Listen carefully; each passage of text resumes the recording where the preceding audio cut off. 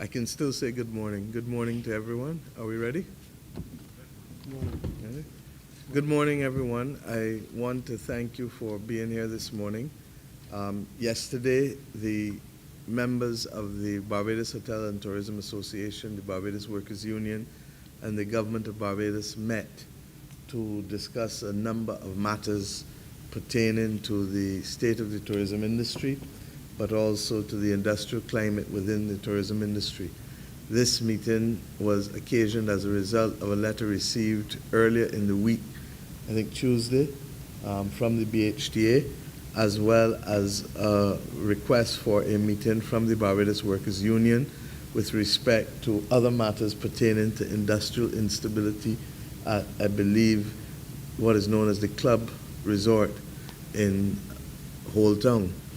I felt that it was critical, therefore, that the government meet with the stakeholders in the industry in order to be able to ensure that we resolve a number of issues.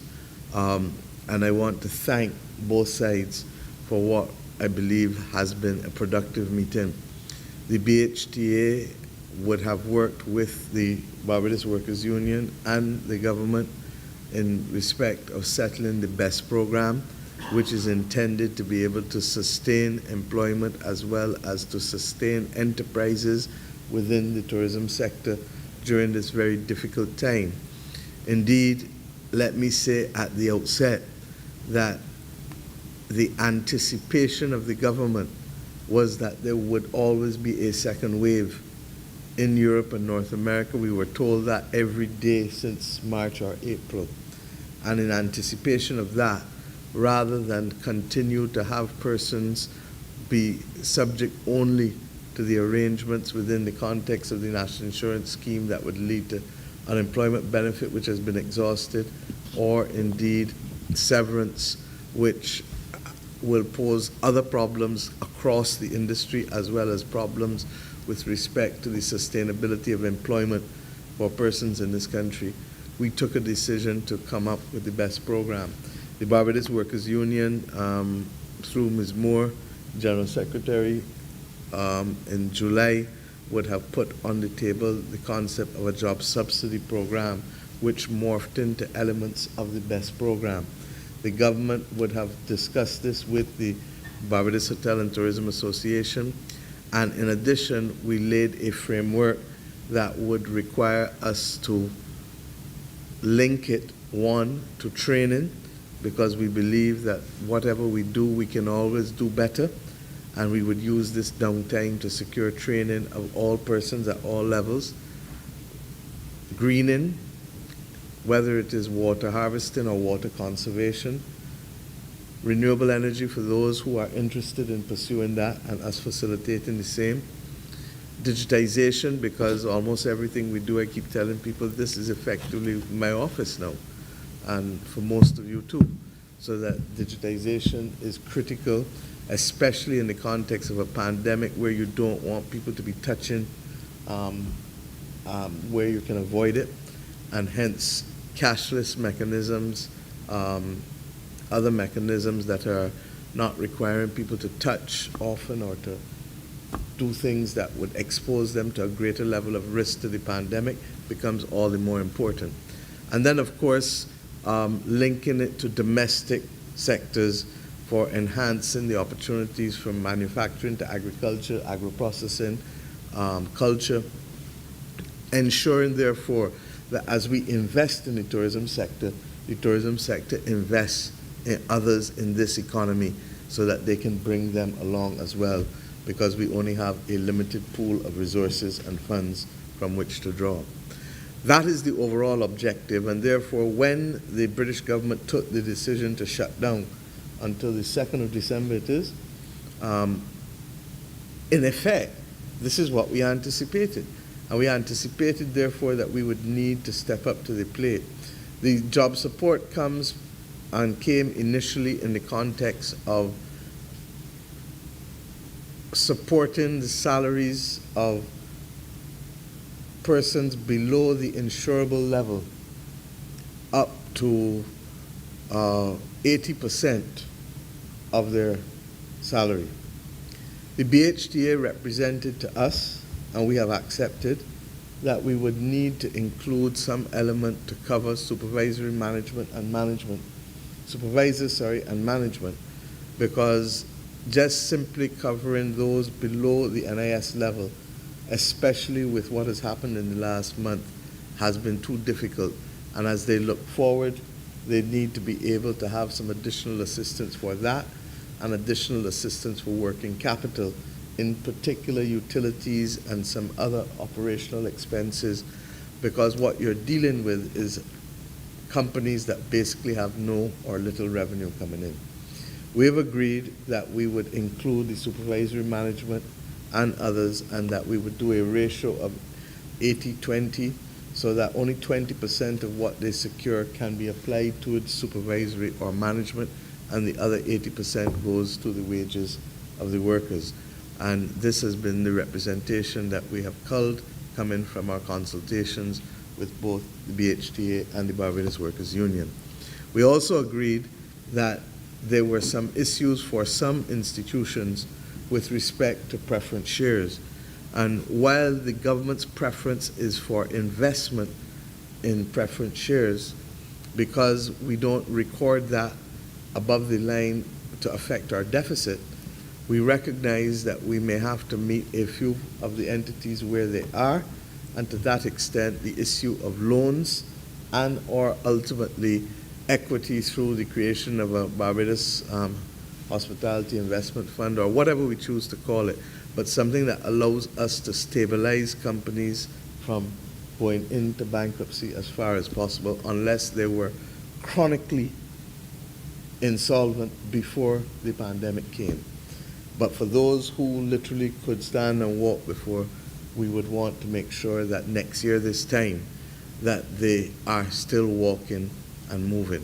And for that to happen, as I say all the time, you have to keep your head above water, and in this instance, probably just even your nostrils above water, because of the nature of the difficulty. But as you do that, you have to keep your arms and your legs moving to keep fit for when tourism recovers.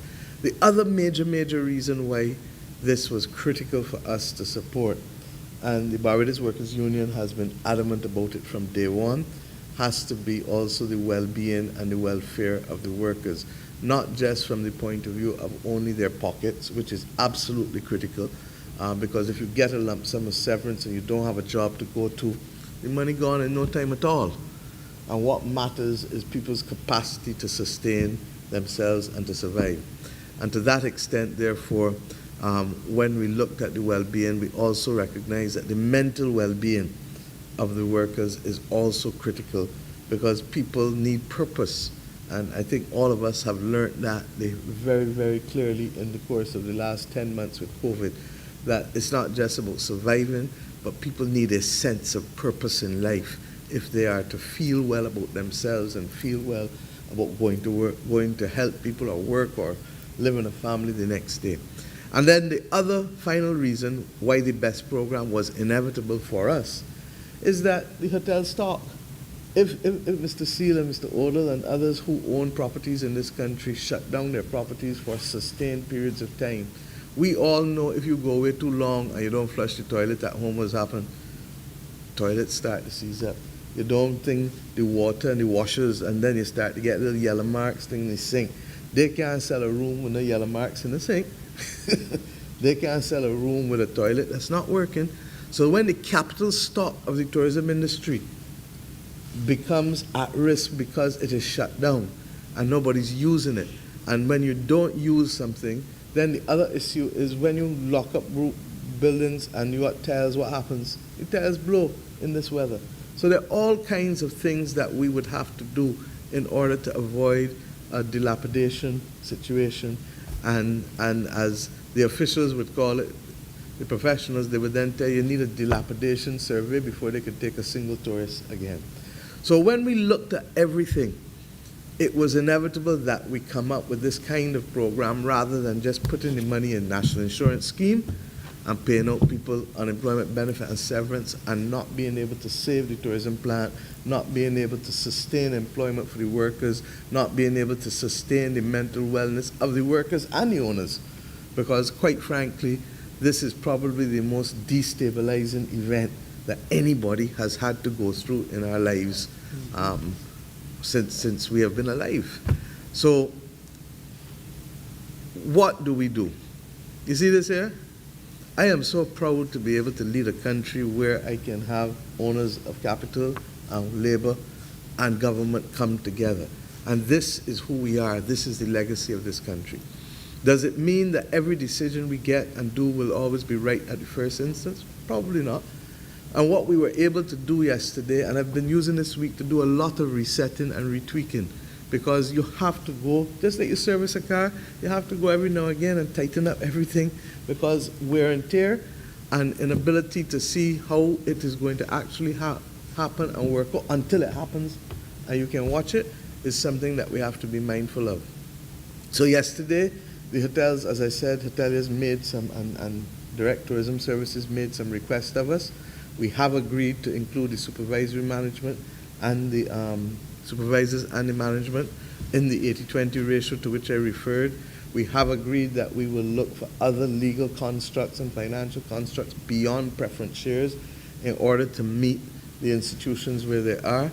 We have agreed, however, that they will work with us and the workers to speak with one voice as to why the best program is the preferable program for us, as opposed to people running simply for severance.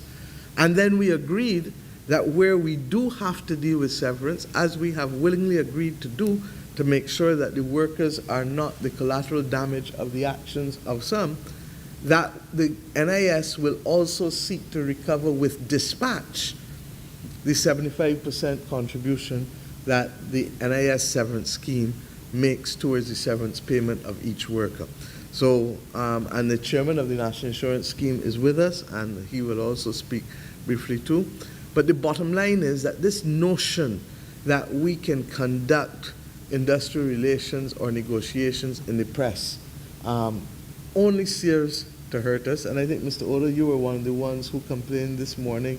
You had a set of people calling you from the UK wondering what was happening.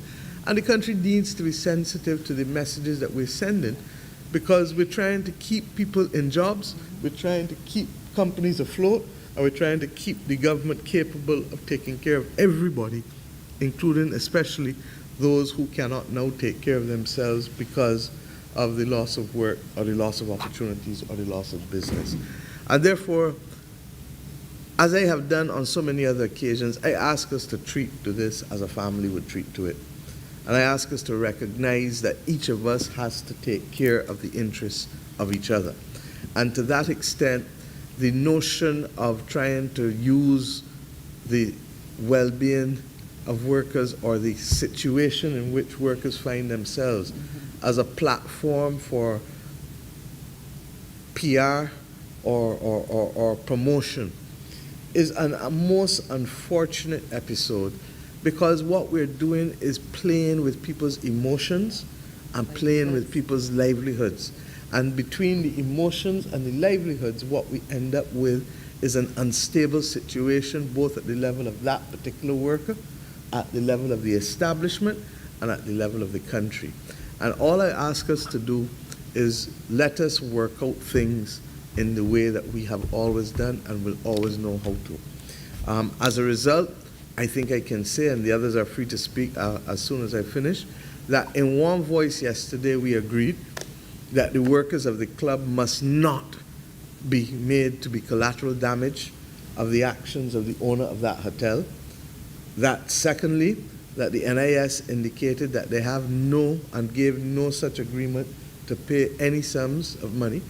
But what we will do without agreement is act in accordance with the law. And the law allows us to be able to take care of those workers. But equally, the law requires of us, and sometimes it has not been done with as much diligence as I would have liked, requires the NIS to go and to have that money which they have spent reimbursed to them, because the government's contribution is only 25%, but it is the company that must pay 75%. Now let me be clear. We have no difficulty in assuming the responsibility where there's a genuine bankruptcy. But where there are instances where money is available or assets are accessible, then you cannot expect the National Insurance Scheme to carry 100% of the severance. And we have been very clear about that, and the instructions given to both the chairman of the NIS as well as the Attorney General is to sit down and work and ensure that the government of Barbados is not at any stage put on the back foot in this matter. And to that extent, I'm happy to report that, as we discussed it too, that the workers at the club will get their money. The General Secretary of the Barbados Workers Union, Ms. Moore, has been insistent that she would like it for Independence Day. In fairness to the NIS, they could not say yesterday whether that was yet possible, and they have indicated to me that by Tuesday they will indicate exactly what day they can make the payments by, because they have to do the calculations, they have to do the preparations, etc.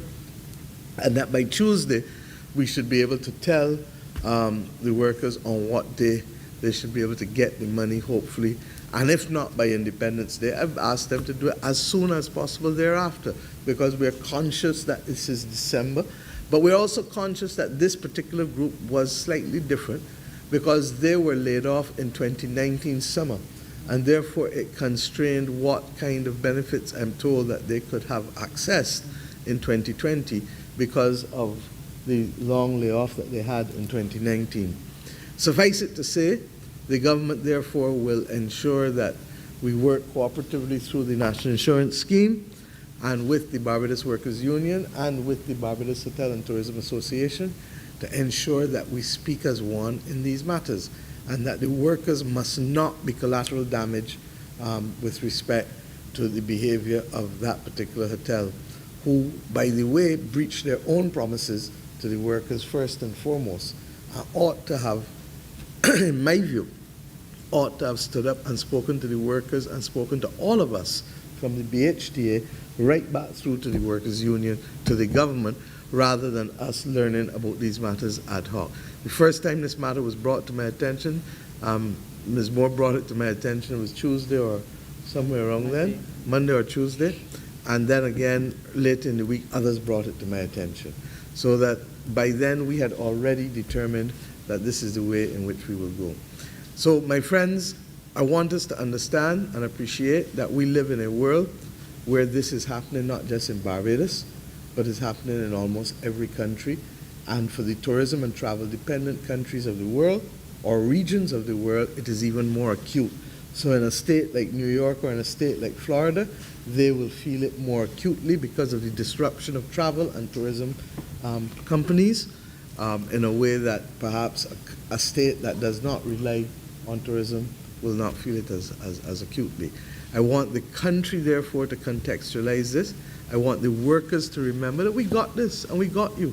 And we've heard it from day one, and that's why we wanted an expedited process rather than the traditional process for accessing severance.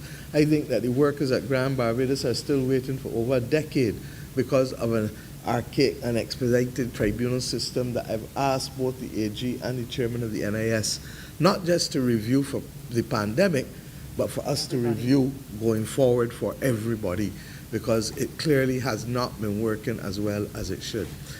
With those few words, I'd like to invite the BHTA to speak, and then obviously the Barbados Workers Union, and then the NIS to add to anything that I've said, and we'll take any quick questions thereafter. Thank you.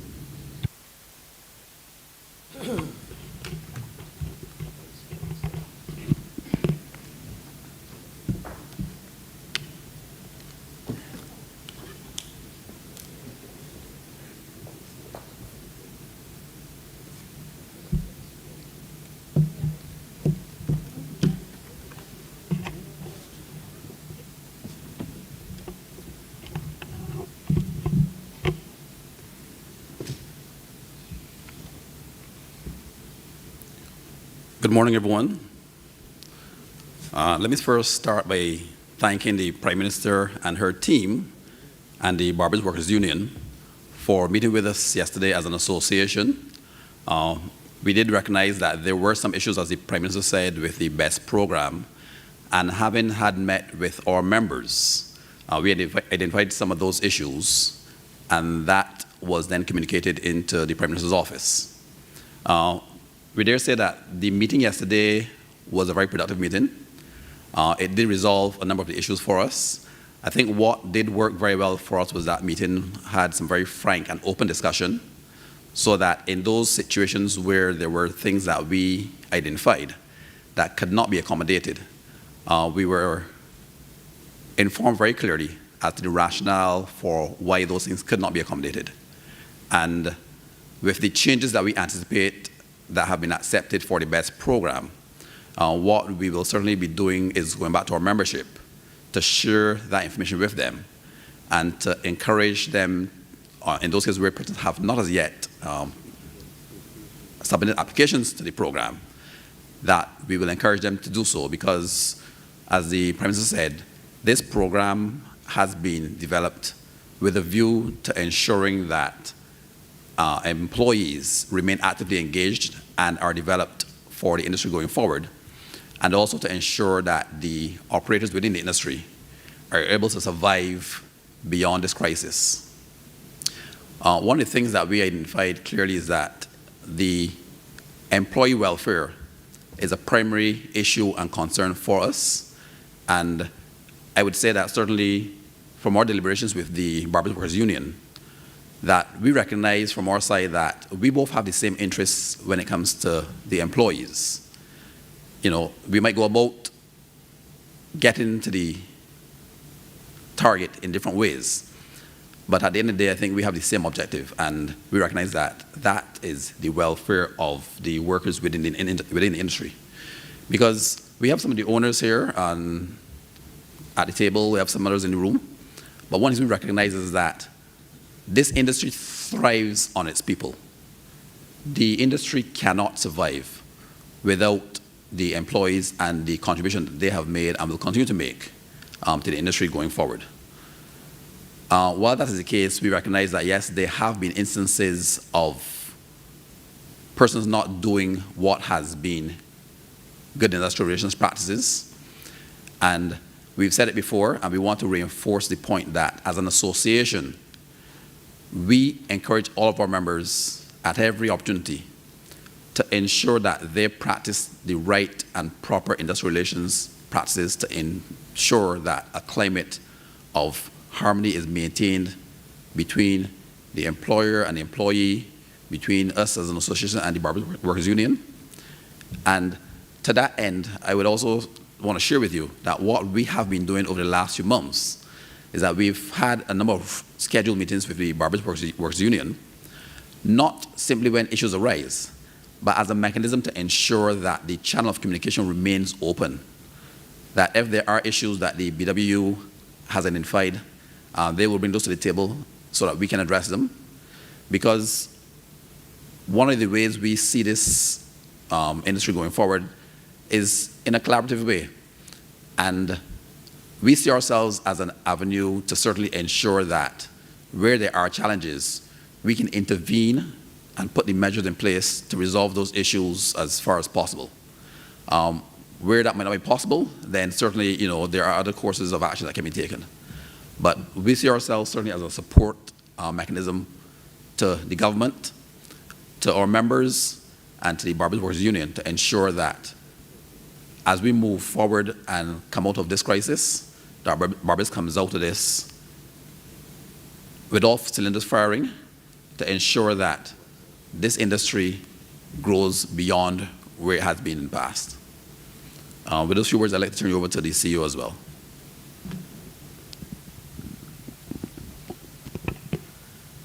Thank you, Chairman.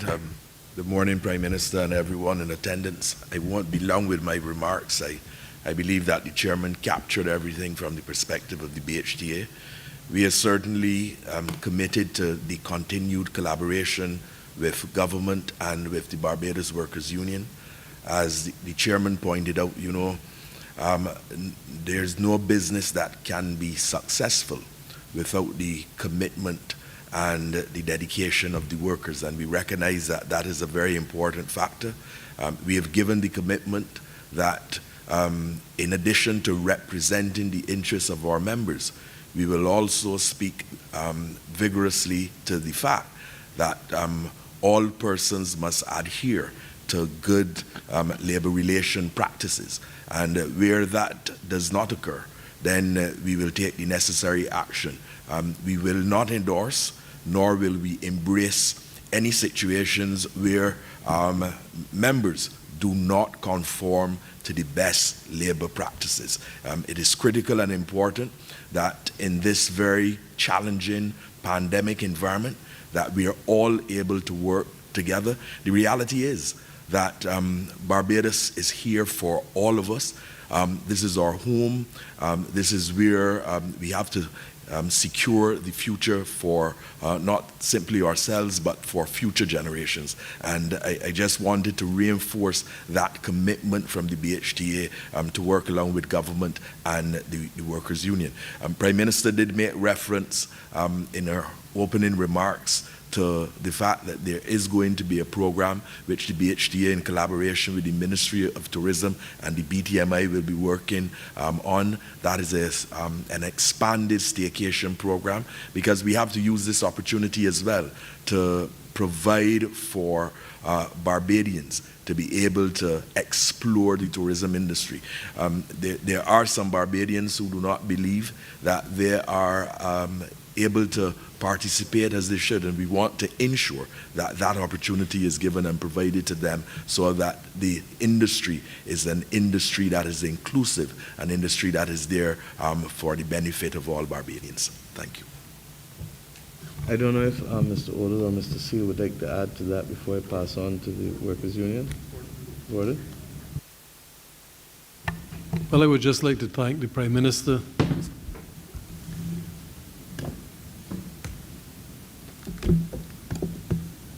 I would just like to thank the Prime Minister and the Minister of Tourism for having given us an opportunity to air our concerns yesterday. I can just imagine with everything that's going on that they're kept pretty busy. We are having the worst year in tourism probably ever on record. And so we are all trying our best to survive it. That doesn't give any excuse for the kind of behavior that we're referring to with the club. That and there anyone that's not taking their responsibilities where they are actually in a position to. And I just hope that we don't see repeats of that with anybody else. I know the government made the point, the Prime Minister made the point that they will do everything in their power to make sure that that the businesses that take that sort of action are dealt with severely, or severely as they can under the law. But we did manage to say to bring up certain points with the BEST program. I think the whole situation is quite dynamic. I don't think we've seen the end of the spikes in this COVID pandemic. I am certainly under the impression that what they've done in England and other parts of the UK is intended to ease the pressure on the hospitals rather than to actually deal a knockout blow to COVID. And if that's the case, then basically we may see additional lockdowns in the future. So we may have, I say it's dynamic because I think we need to keep talking to the government about tweaking the program or making changes as we can, as we see these problems arise. So the news at the moment is good in terms of the vaccines coming out. When they will actually make a difference to the travel business, I'm not sure. But what I am sure of is that there's a lot of pent-up demand to travel. Barbados has got a great reputation out there. And I think the 12-month stamp had a double effect, because it not only gave Barbados front and center stage on all of the major networks throughout the world, and so it made us top of the mind awareness, basically. There are lots of people that have inquired about Barbados that didn't even know we existed before the Prime Minister got our interviews on CNN and all of the big big newspapers. Everybody was carrying Barbados at that particular time. So it had a double effect, because in addition to the people who've actually come in, it put us at the top of the mind for travel as well. So I am optimistic about what will happen later down. I think between now and mid next year is going to be a hard call, but hopefully we will see some pickup. I do not agree with anyone that thinks that we can replace tourism in Barbados at any time in the foreseeable future. And that's because our biggest asset is the sun, the sea, the beaches, the people of Barbados. And I don't say that to win any points with anybody. I honestly do believe that Bajans, most Bajans, are among the friendliest people you can meet anywhere in the world. And that's a very big asset for us. They love to talk about Barbados. Most Bajans are very proud about what we have here. And that is a very big plus. Anyway, getting back to the matter at hand, basically, I think we made progress yesterday. We look forward to working with the government and the union in terms of getting through this difficult period together. Thank you. Thank you. Mr. Ola, you're good? Yeah, I would just like to say at one point, just like to endorse everything that's been said by my three colleagues here. The one thing I would like to say to the press, and I would really urge you, please, to be, and whilst I know that there's a thing called freedom of the press, and the press are entitled to say what they want to say and print what they want to print, I think sometimes some articles appear that I really wish that, you know, if you're going to carry certain bits of information, I would like you certainly to get the second side of the coin. As far as the industrial relations is concerned, I've been in this business now for 43 years. I was very fortunate. I came up with a father who was the Labour Commissioner in Barbados, who made me understand from very early in my lifetime that the people that work with you are your most important asset. And so for me, we've always done that, and I think that was reflected in our company. And I think that, in truth and in fact, most Barbadian hotels are like that. I read today in the newspaper that we're talking about situation with work permits and so forth. It's interesting because on one of my chats, one of my colleagues whose company employs over 1,000 people said that when she first joined the company, there were some 30 or 40 work permits. She said, today, I don't think we have one, and they have 1,000 people. And so when you hear people saying about Barbadians not being engaged in the industry, it is really, really not true. I don't think I have one work permit in my group, not one in my group, and we had nearly 400 people. I don't think Gordon, you had one, or you? Yeah, we have 480 employees, and we have one Asian chef work permit. So you see, these are things that I really want us to start being positive about these things and projecting that, you know, Barbadians, when I first joined this industry 43 years ago, there were real non-nationals in this business. Today, you can hardly find any. And they're all Barbadians. The Barbadians have come through. You can see what has happened with our education. You can see now that people are stepping up to the plate. I remember addressing Harrison College one day, a careers showcase. And when I started saying to the boys in the class what chefs work for, and seeing the fellas, their mouths dropped open. They couldn't believe that chefs earn the sort of money that they earn in this country. People don't talk about these things. So I want us to start sharing the positive. Today, what upset me this morning was when these friends of mine wrote to me and said what was happening in Barbados. They were seeing all this disruption and all this instability with hotels in Barbados and so forth. And I had to go back and say, it's not like that. I said, unfortunately, we have one situation, but we have a couple of other situations, but one in particular. I said, and it's being, I know it's being dealt with, but the point is it sends a very negative image out into the marketplace. So whilst we send the negative, I want us to send some of the positive as well. That's all I want to say at this time. Thank you. I'd like to ask General Secretary, Ms. Moore.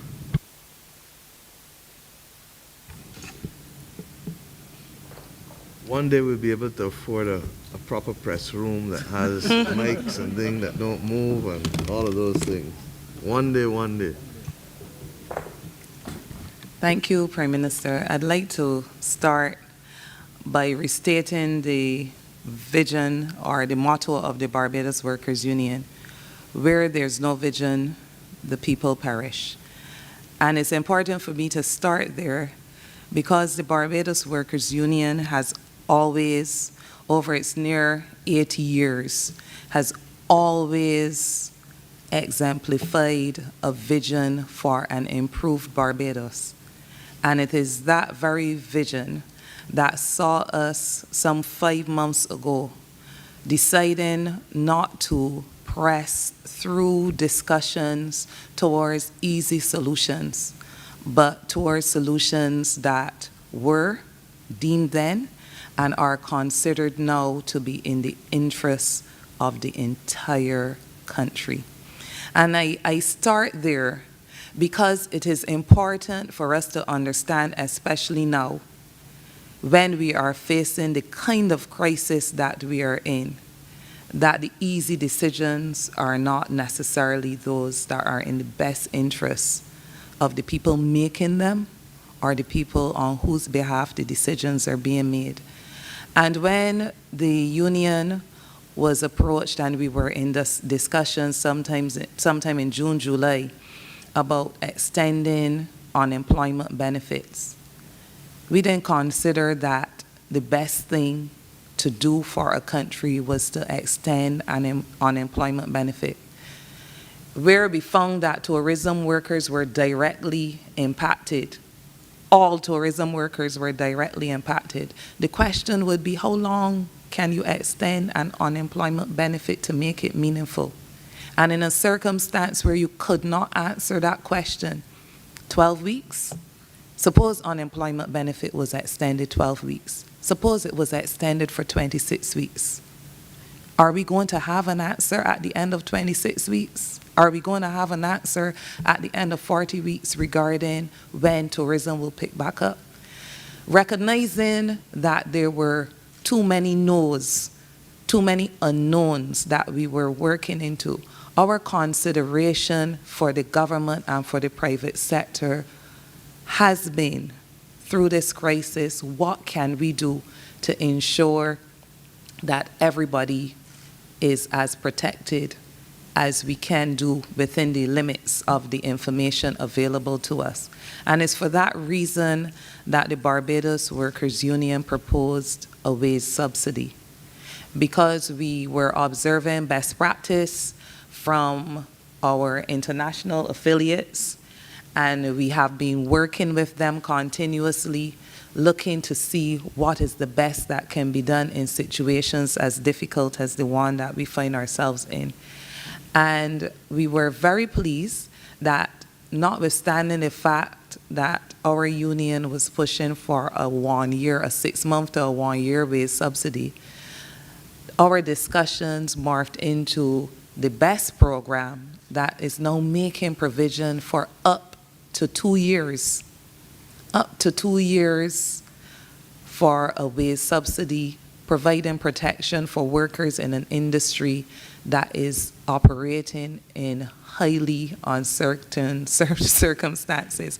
And I say this because it's important for us as a country to be able to filter the noises that we are hearing. And I will not repeat anything that Mr. Odo has said, except to emphasize that it is important at this time when people are going through a lot of mental stress because they do not know what the future is in terms of their jobs and therefore how they're going to provide for their families. It's important that we try to bring as much calm to a situation. There is absolutely no provision in law right now that would deny any worker in Barbados their entitlement to severance payment, contrary to what the principal legislation in our Severance Payment Act provides for. And as we speak about the tourism sector, it's important to start there, because there has been this push by other people, not the Barbados Workers Union, to have severance be brought forward as an answer to the situation that workers find themselves in right now. First of all, let me state that the Barbados Workers Union does not exact any 10% from people when we file a claim and successfully file a claim that sees them being rewarded or awarded with severance. We don't take from people. We don't represent people for our personal pockets, for our benefit. We represent people and we make the decisions on behalf of people that we regard are in their best interests.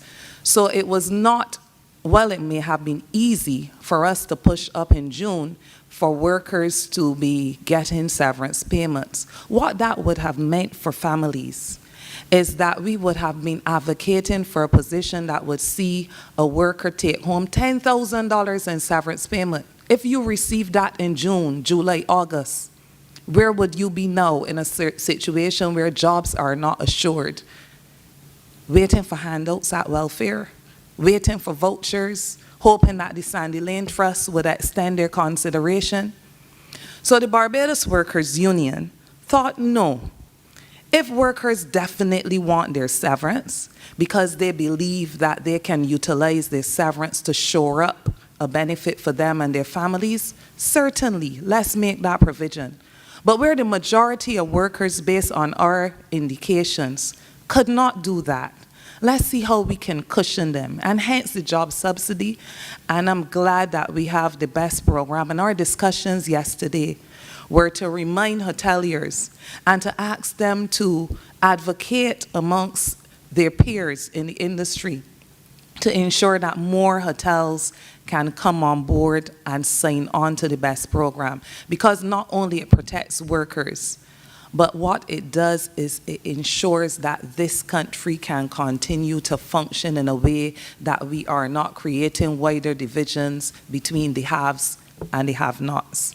So I hope that the media is taking careful note, because the media has been part of a movement. And Prime Minister, don't get uncomfortable. I'm not slamming the media, but I'm just saying that we have to be responsible in the way that we present our messaging at a time when I had a meeting with workers yesterday from the Club Barbados, and they were lashing out, as they should. They were lashing out because they are frustrated, they are uncertain, they are confused, they are broke, they are desperate. Mental illness sets in when people function in these conditions.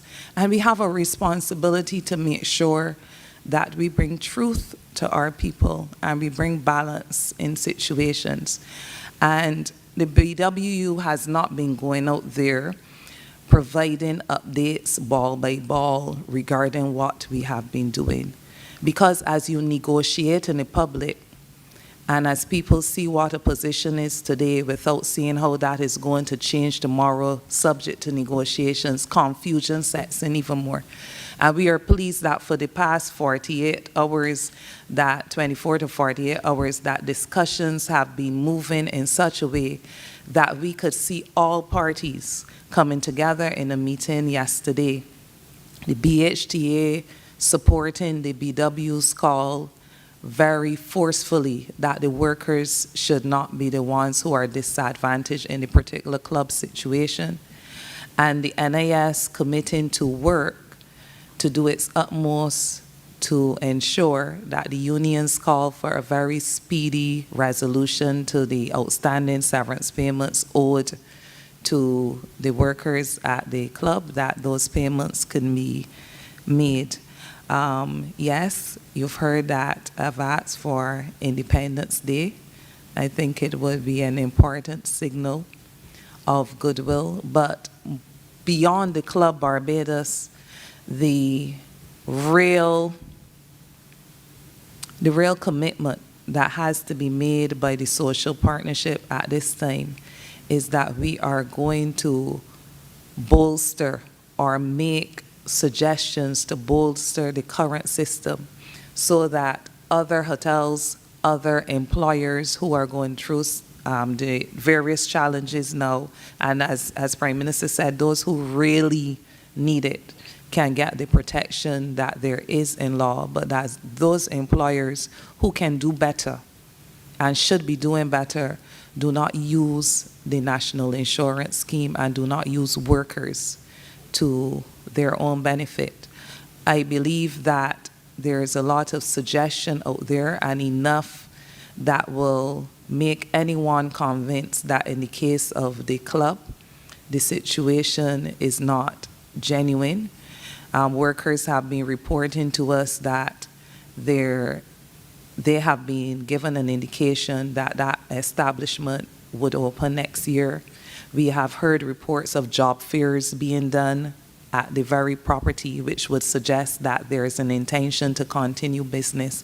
So we were heartened that the BHTA, like the BWU, held a very strong view that that is not what they would support, because this is not who we are, this is not what we are about. And I am happy today that the workers who now, all of them that I've spoken to, really want out because of the conditions that they've had to endure for the past 6 months in particular, that they can see their severance with urgent dispatch, and that there is national commitment to moving in not only on the club itself, but other companies that would choose this kind of backyard approach in dealing with serious industrial relations matters that have direct implications on workers and their livelihoods. I've spoken about the club, and there are a number of other issues. You've heard my colleague, Dwayne Paul, in the past week or so having to lament on the situation generally across the tourism industry.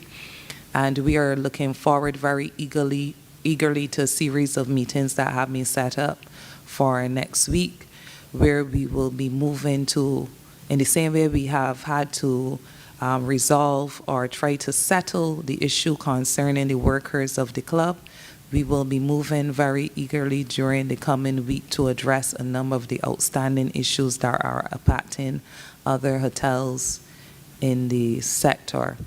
There are numerous issues, but I'm sure given the commitment and the recommitment that we've made yesterday, that we will make similar advances in the same way that we have been able to move to address the situation of Club Barbados. That's all I would wish to say at this point in time. Thank you. Mr. Haynes, I don't know if you want to address the issue of the NIS and being able to meet the expedited payments, as well as also this notion that we have contracted and taken away rights from workers with respect to severance in this country. Perhaps you, as both chair and an eminent Queen's Counsel, may want to speak. Prime Minister, members of the press, let me say firstly that the NIS, because of the composition of the board, has the benefit of arguments and submissions from the BWU. The General Secretary is a member of the board. The General Secretary of the NUPW, the Barbados Hotel Tourism Association has a representative on the board. The Barbados Employers Confederation, the Chief Labor Officer, all are members of the board, so that you're really, really listening today to the board members of the National Insurance. Earlier this year, we had the issue of unemployment benefits, and as you're aware, the NIS has The NIS came to the table. Unemployment benefits paid to date are in excess of $135 million. And we have had the benefit. I say all of that to say that at each board meeting, we have the input of employers' representatives, employees' representatives, so the NIS keeps its ear well focused to the foundation, to the floor. We know what is going on. We know what the problems are. Having dealt with the unemployment benefits, the NIS anticipated the issue of severance pay.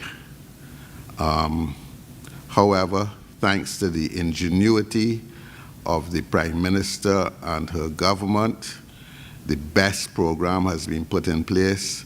That means that the NIS really is acting as a long stop. If you know the cricket term, we are in the back. Whoever misses the ball, we are there for severance payments.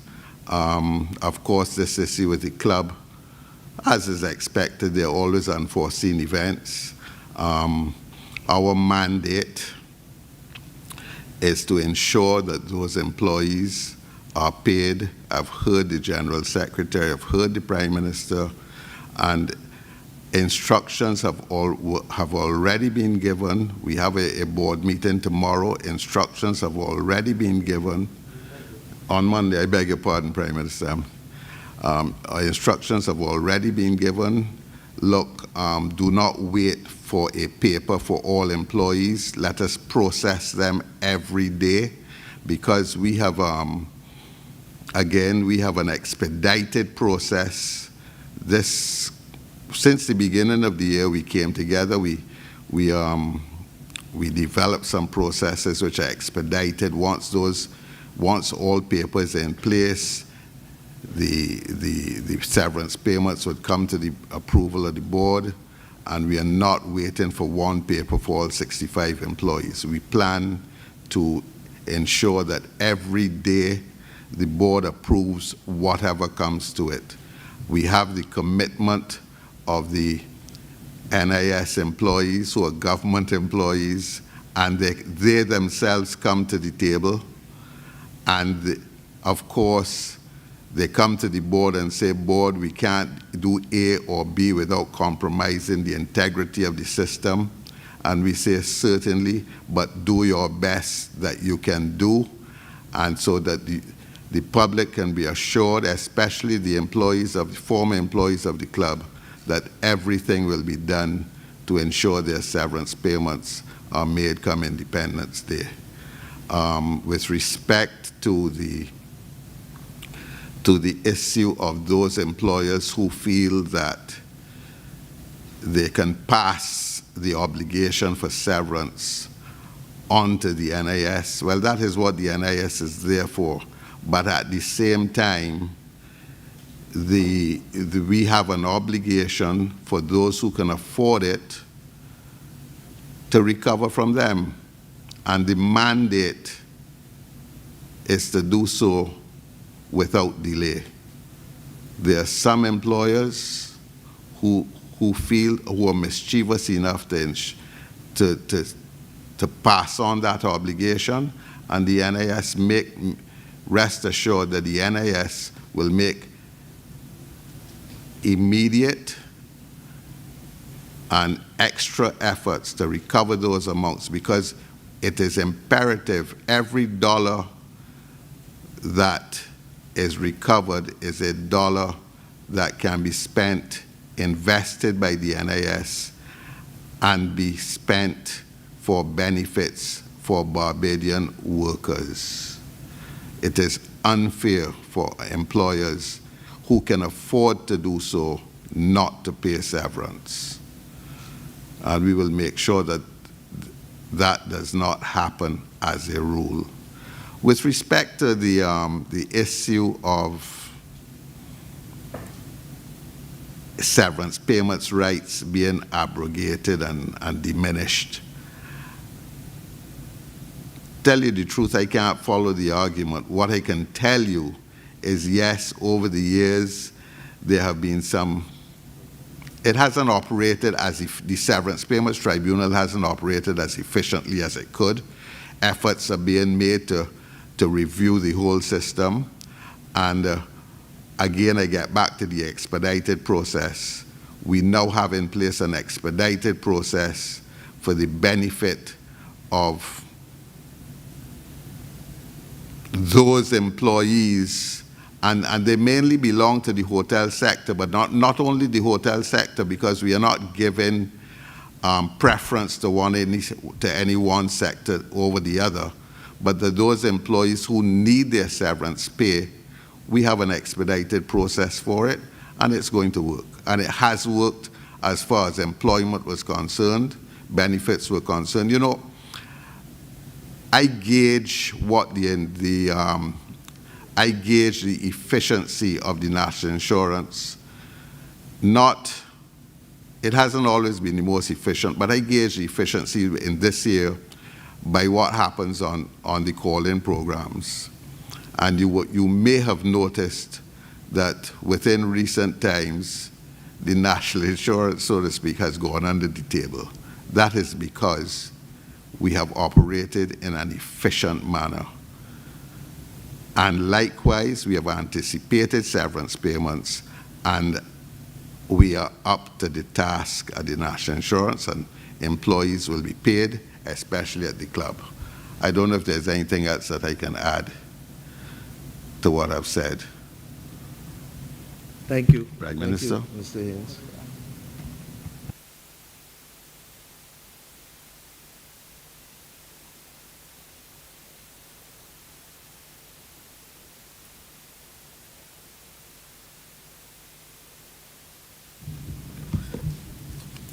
Thank you very much to all who have spoken this morning.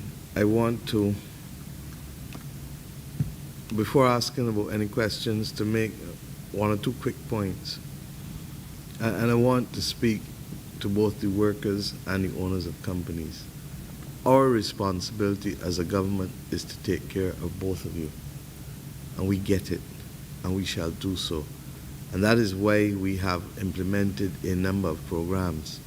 I want to go back from the very beginning of this government, when we took a decision that labor, which had carried the adjustment in the 1970s, in the early 1980s when we went to the fund, in the early 1990s when we went to the IMF, in 2013 under the last government, that it was our judgment that labor could not take the majority of the adjustment needed to stabilize the Barbados economy, and in particular our fiscal position, and by extension further on other aspects of our macroeconomic stability. As a result, far fewer people went home than was recommended by the former governor of the central bank, who indicated that this government should have sent home 5,000 workers, if you recall. And we rejected that advice, and we went and limited it to just about 1,000. Taking and making the banks and the non-banking financial institutions and the government's entities through central bank and NIS, they took the burden of the adjustment under this government, not the workers. Secondly, that this government also insisted on giving the workers a 5% pay increase in the public sector at a time when they had had no pay increase negotiated for 10 years and none received for 8 years. Thirdly, that we took a decision to deal with the appointments in the public service and to appoint 3,100 persons who have been acting in positions for 3 years or more. These are not people who come in 2 and 3 months or 4 months. These are people who have been acting for 3 years, 5 years, 10 years. In one instance, I came across one week before last, of 26 years. And that's the kind of madness that we're cleaning up. Then, of course, is the real issue of the other types of industrial disputes that have emerged that we have literally gone in. In the case of customs, you had people who had not been working other than as clerical officers but doing customs work for 20 years in some instances. And this government created 132 clerical officer, customs officer, 4 posts for the first time in the history of this country.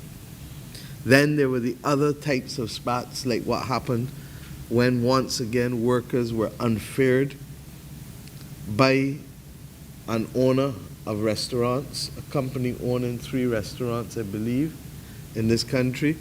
The workers went to work the weekend and woke up the Monday morning to find out that they all had no jobs. And very quietly, this government told you we will deal with them. And I'm happy that during the course of this next week, I believe that the matter of their holidays with pay and those other instances will be dealt with, because the chief labor officer took decisions to prosecute the company and to ensure that the workers' rights in this country are defended, and defended stoutly.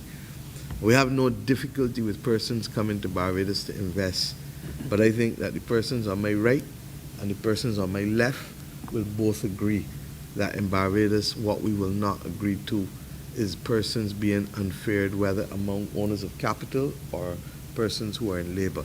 And this is not the Barbadian way. And for those who come here, we want them to appreciate that we live good with everybody, but we don't take advantage. Bajans don't like people being taken advantage of. Wherever you are, all of us know it, from our families to our communities to the country. And then, of course, we took decisions to support our workers.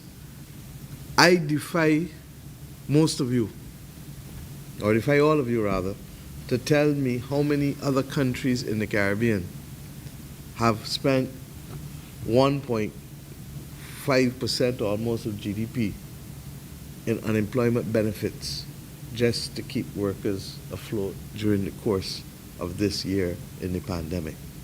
And then on top of that now, a BEST program that involves both, one, a job subsidy at 150 million, which is about 1.75% of GDP, and another loan program to facilitate greening and digitization, half of which is reserved for the tourism sector, and the other half for manufacturing, agriculture, and small business, bringing us to a total of just about 3.5%, almost 4% of GDP, 3.75% of GDP. And when you add that with the unemployment benefit, and then we probably will still have to do some recapitalization of the NIS, Mr. Haynes, before this is all over again. And that is why the need to go after those who can pay and who are pursuing sale of property but wanting the government to carry severance. That is why we must go after them, because, and it's very simple, if you have a $25 million in claims for severance, and that's not what we have necessarily, but if you did, and the government paid out the monies on behalf of the employers, technically speaking, the government's liability out of that 25 million is only 6 or 7 million. It is for the government to recover the other 17, 18. And if we don't recover it, it means that we can't, one, cover as many more people as we may have to cover in other sectors, because we don't know when this is finishing fully. We are hopeful that with the vaccines, that by the middle of next year we can see a resumption of normalcy, even if not a return to 2019.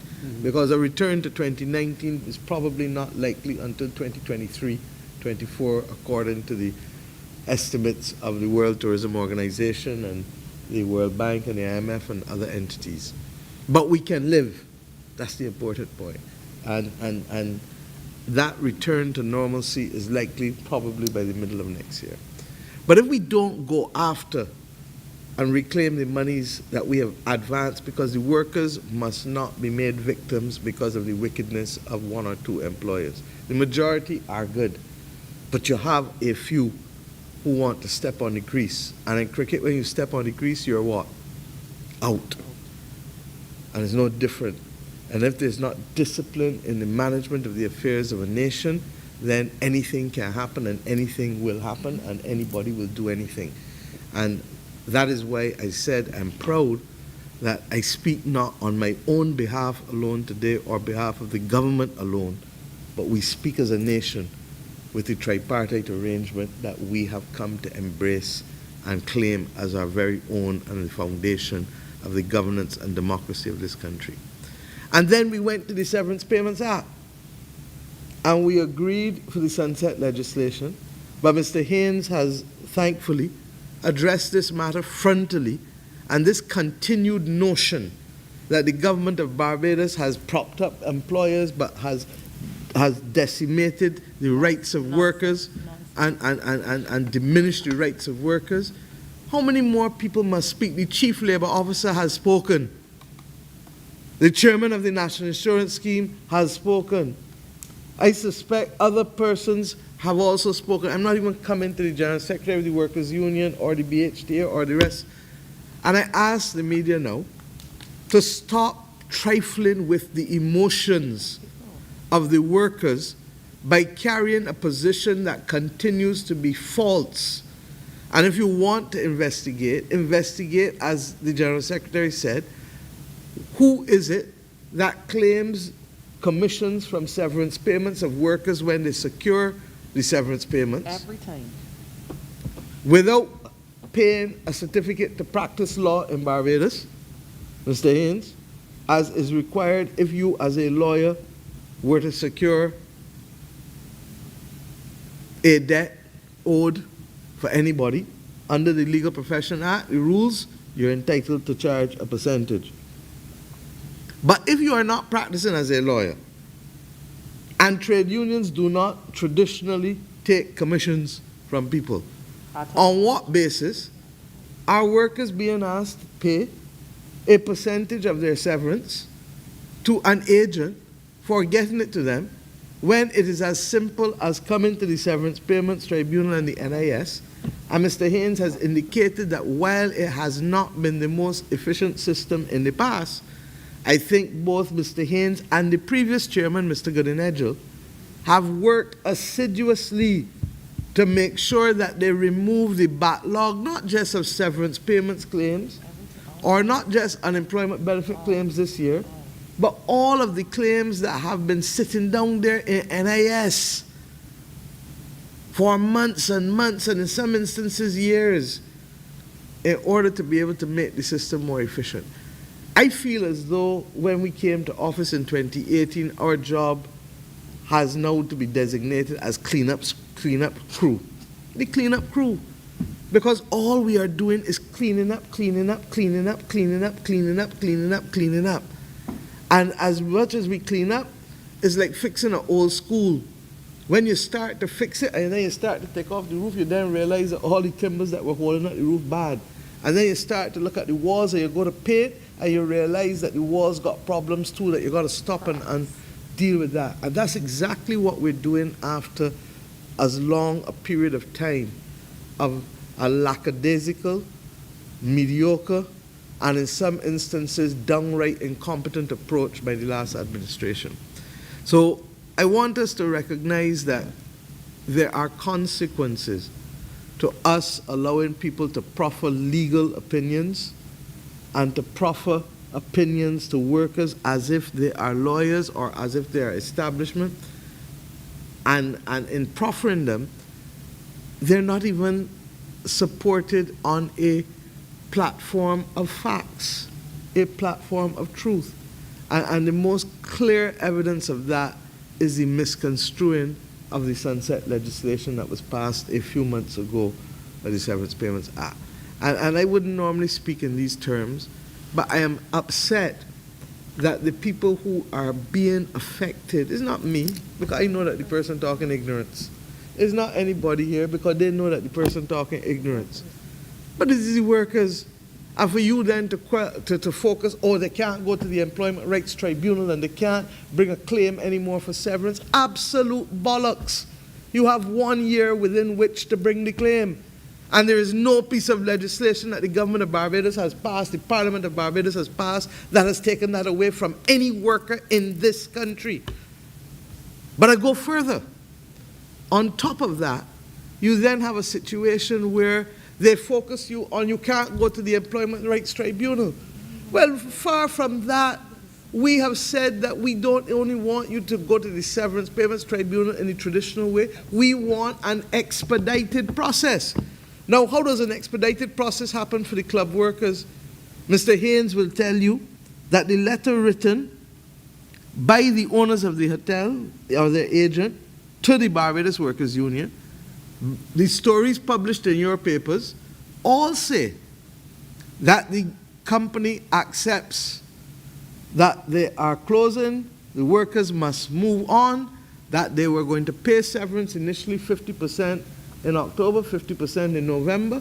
They then paid 25%, and Mr. Haynes will tell you part payment of a debt is acknowledgement of the debt. So that's the first thing you learn as a first-year law student. It's true. So that when we get into this nonsense, and we continue to make people, you know, they used to be a saying in Barbados when we were growing up as children that a little bit of knowledge is a dangerous thing. A little bit of knowledge is a dangerous thing. Because once you start to make it sound as though you know, and you give people that impression, and people then act on that, as Tony just said, can you imagine if you encourage all of the workers to take, and the average severance for the workers in the industry is $10,000. Between 5 and 10,000, in fact. That's the average. You go and take that severance. It lasts you 3, 4, 5 months.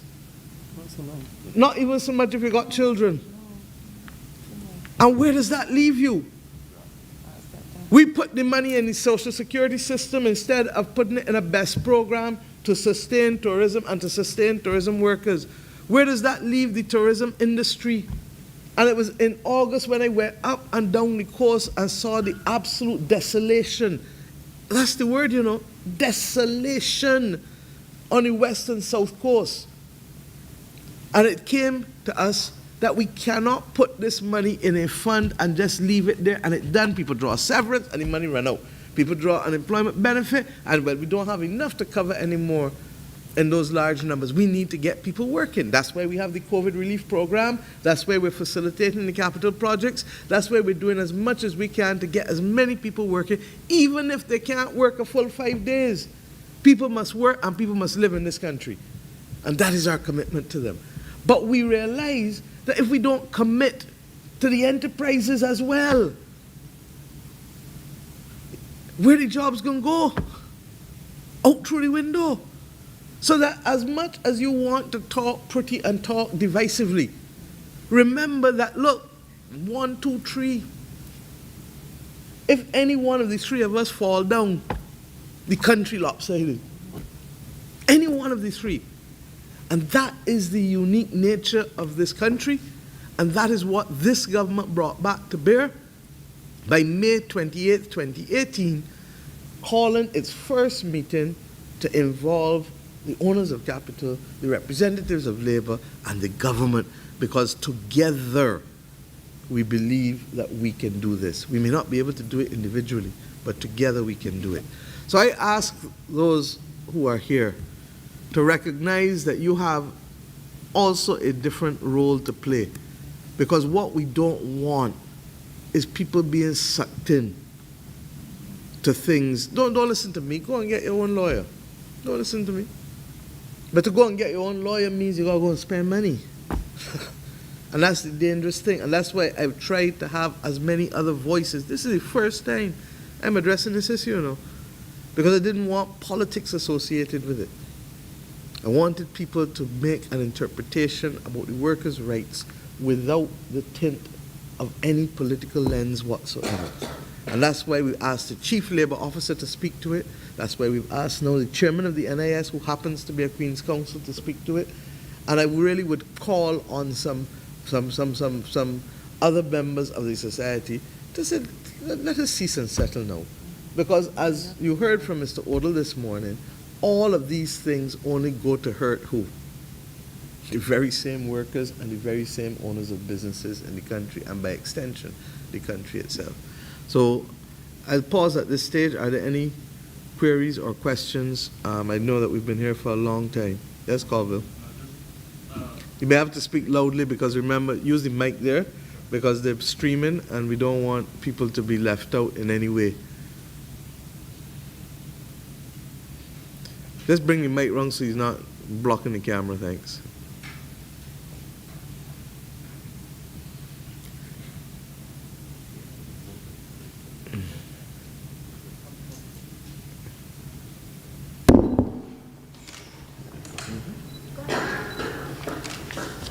Just two questions from me, Prime Minister.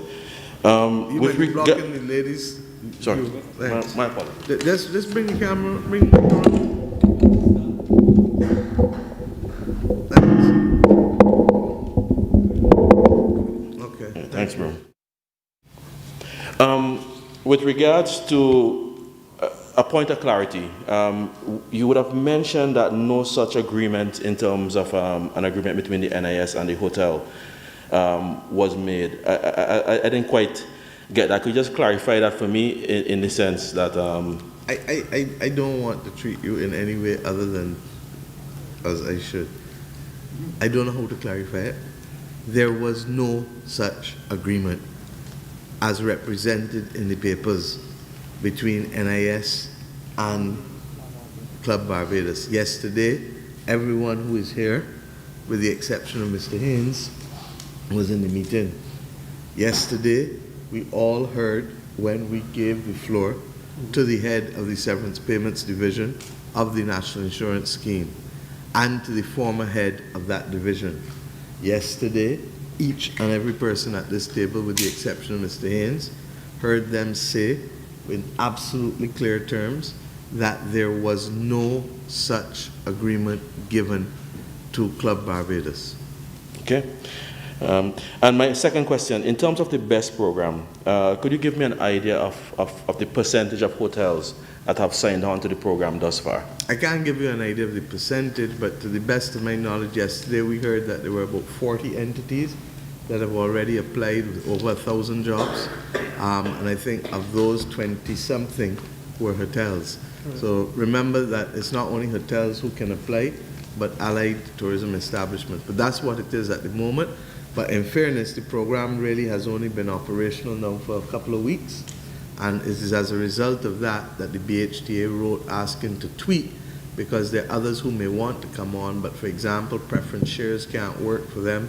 There was confusion as to whether the Hilton could benefit, and we've clarified that because it can, and that's 345 employees there alone. There are some people who are leasing properties, and therefore for them that would not work, and we need to find a way to help those operational companies that don't own assets, and how government will treat to them to ensure that there is a balance in terms of what we expect and what they expect at the same time. So it's very much a work in progress. But as I said, one of the reasons why we said that we were not surprised, not floored by the UK decision, is because what we have done here is to create this mechanism that will stand in the place of normal business for as much as 2 years. Do we expect this to go on for 2 years? No. But did we feel the need to do it for a 2-year period to give people confidence? Yes, because so long as they can afford the outer limit, it gives people confidence that should you have lockdowns going on for the next 2 years, the government of Barbados can step in and assist. We do recognize that there may be some instances where we may have to hold an equity position in some of the hotels going forward, but as I explained to the hoteliers yesterday, that we could not do that because that requires an analysis of each company's books, and you could not do that in time to stabilize the employment and to stabilize the hotels. The other last commitment that I want to, and I could have spoken about it, should have spoken about it a little more, is the staycation to which Senator Grant referred. We have discussed with the other one yesterday that we look forward to BHTA meeting with BTMI, I think on Tuesday, or tomorrow, or Monday or Tuesday, to discuss how best the BTMI and the BHTA will work together with the hotel owners and the workers to create opportunities. We know it is Independence, so from as early as next weekend, we know that it is Christmas after that, and even though most people like to stay home for Christmas, there's some who would have normally liked to have traveled. And to that extent, can we not create opportunities and packages for them over the course of the holiday season in an affordable way? Because we are conscious that everything needs to be affordable. That's why the government is also meeting with the formal social partnership on Tuesday to discuss the beginnings of the prices freeze that I spoke about at annual conference a couple of weeks ago, that we need to put in place for the next 18 months. We've already seen wages adjusted both in the private sector, at the level of management and at the level of workers. But concomitant with that adjustment of wages, which happened haphazardly, has to be a position, a policy position in both the public and private sector on prices in order to keep people's nostrils above water. Morning, Prime Minister. Morning, folks. Prime Minister, how much does the vaccine conversation going on right now factor into the BEST program? Are you looking at that? Are you considering the worst case scenario regardless? Well, we've planned for the worst case scenario, but we are buoyed by the discussions with respect to the vaccine, especially in the last week. As you would have seen, there are at least 3 to 4 companies that are out there that are reasonably confident that they can hit the market within another month, 6 weeks. The government of Barbados has already paid a deposit within the COVAX facility, which is where we will get some level of subsidized access. But on Wednesday, as I told you, this was a week for me of resetting and retweaking because it comes just after the half of the financial year. And I met with the Ministry of Health officials, Ministry of Tourism officials for about 4 or 5 hours, and it continues next week.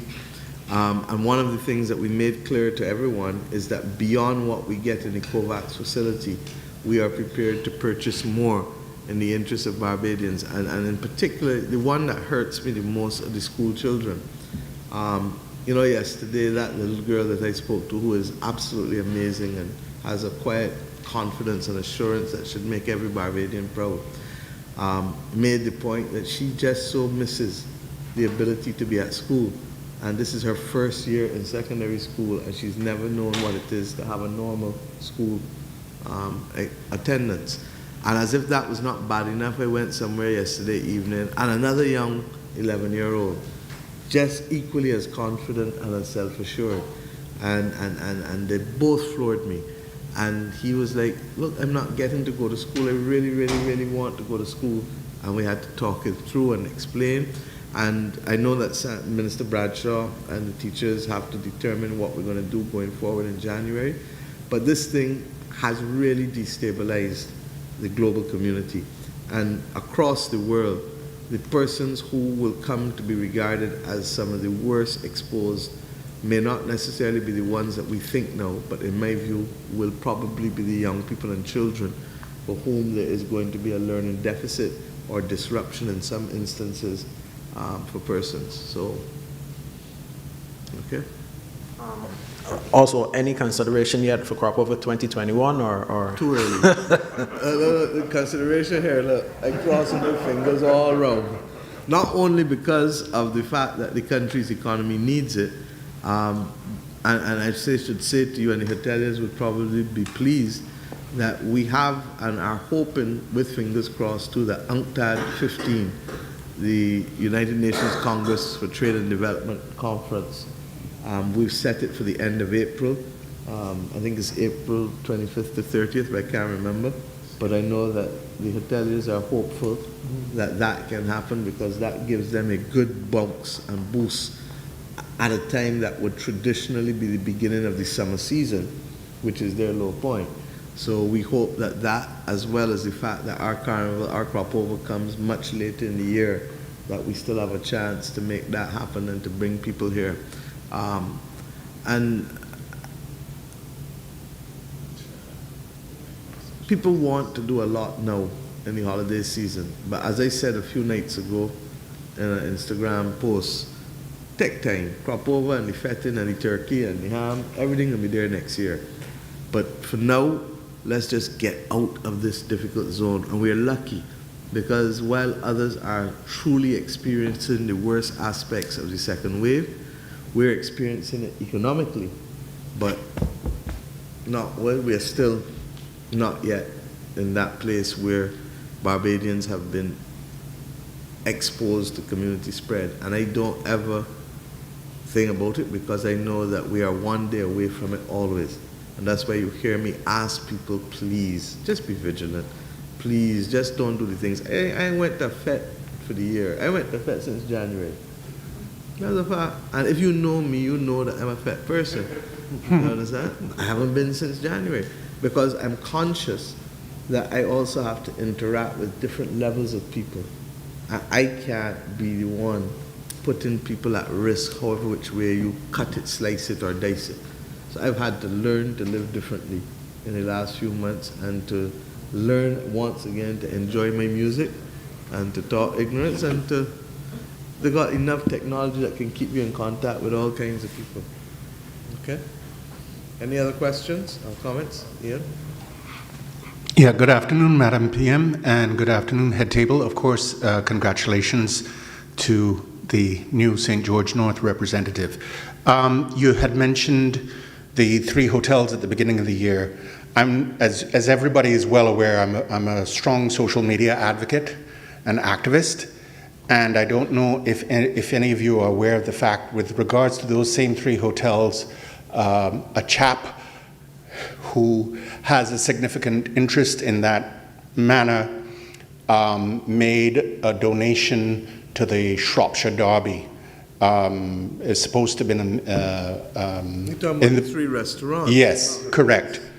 And this was said in a social media forum concerning the activities of the garrison, whether it's horse racing, whether it's photography. The gentleman is supposed to have made some contribution. I'm not sure if it's $1 million US, $1 million Barbados, or whatever, but he, you know, and yet at the same time, hear the people here.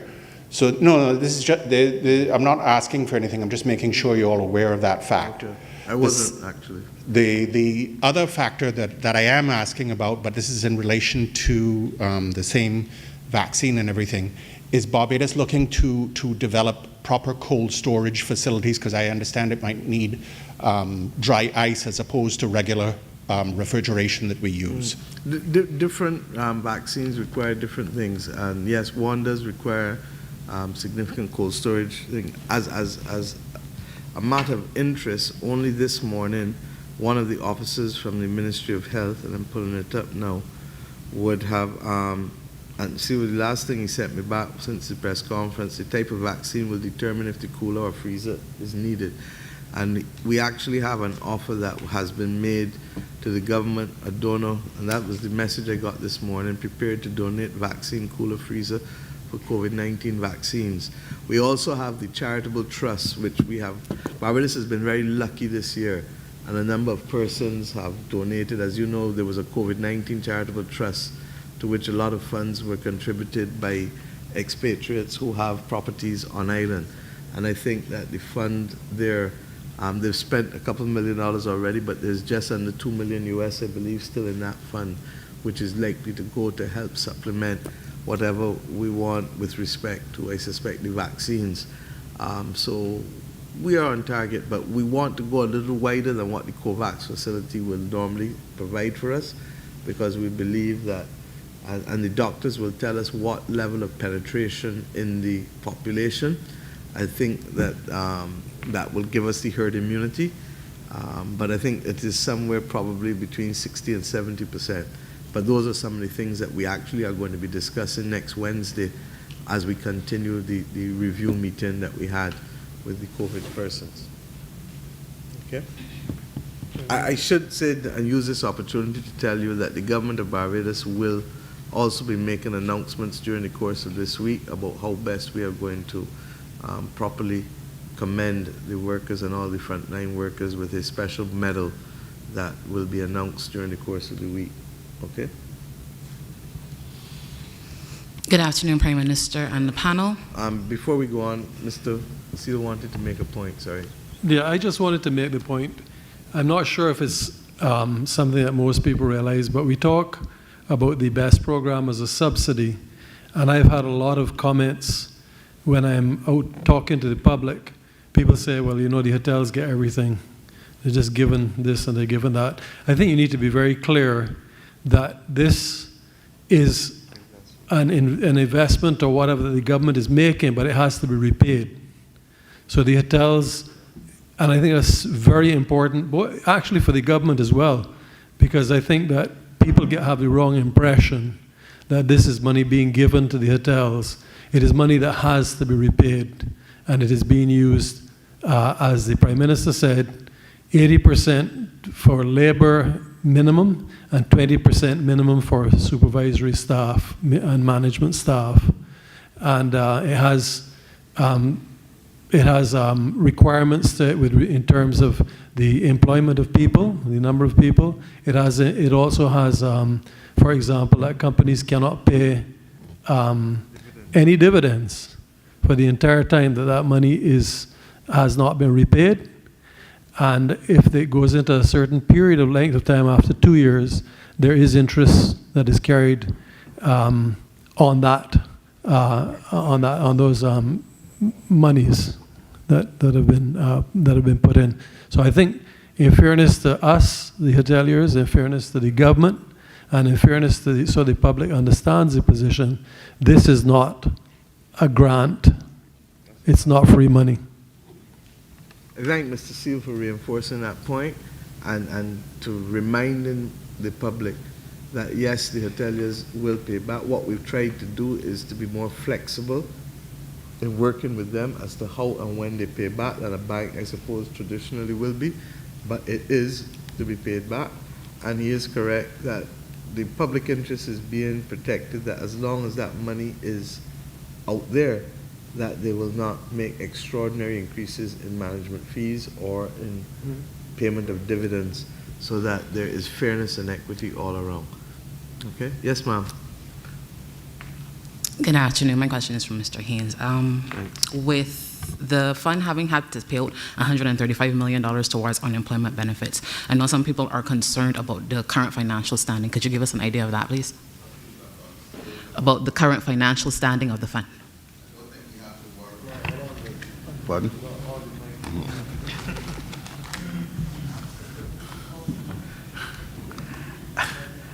I don't think that we have to worry about the current financial standing of the national insurance.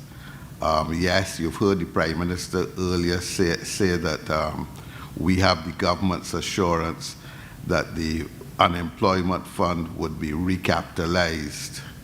But when one looks at the assets of the national insurance, with the national insurance, I am always proud to say, I don't know if the Prime Minister would agree with me, but we are the richest institution in Barbados. We control at this moment assets in excess of $4 billion. We $4 billion, Prime Minister. We know that I beg your pardon, there was in the restructuring,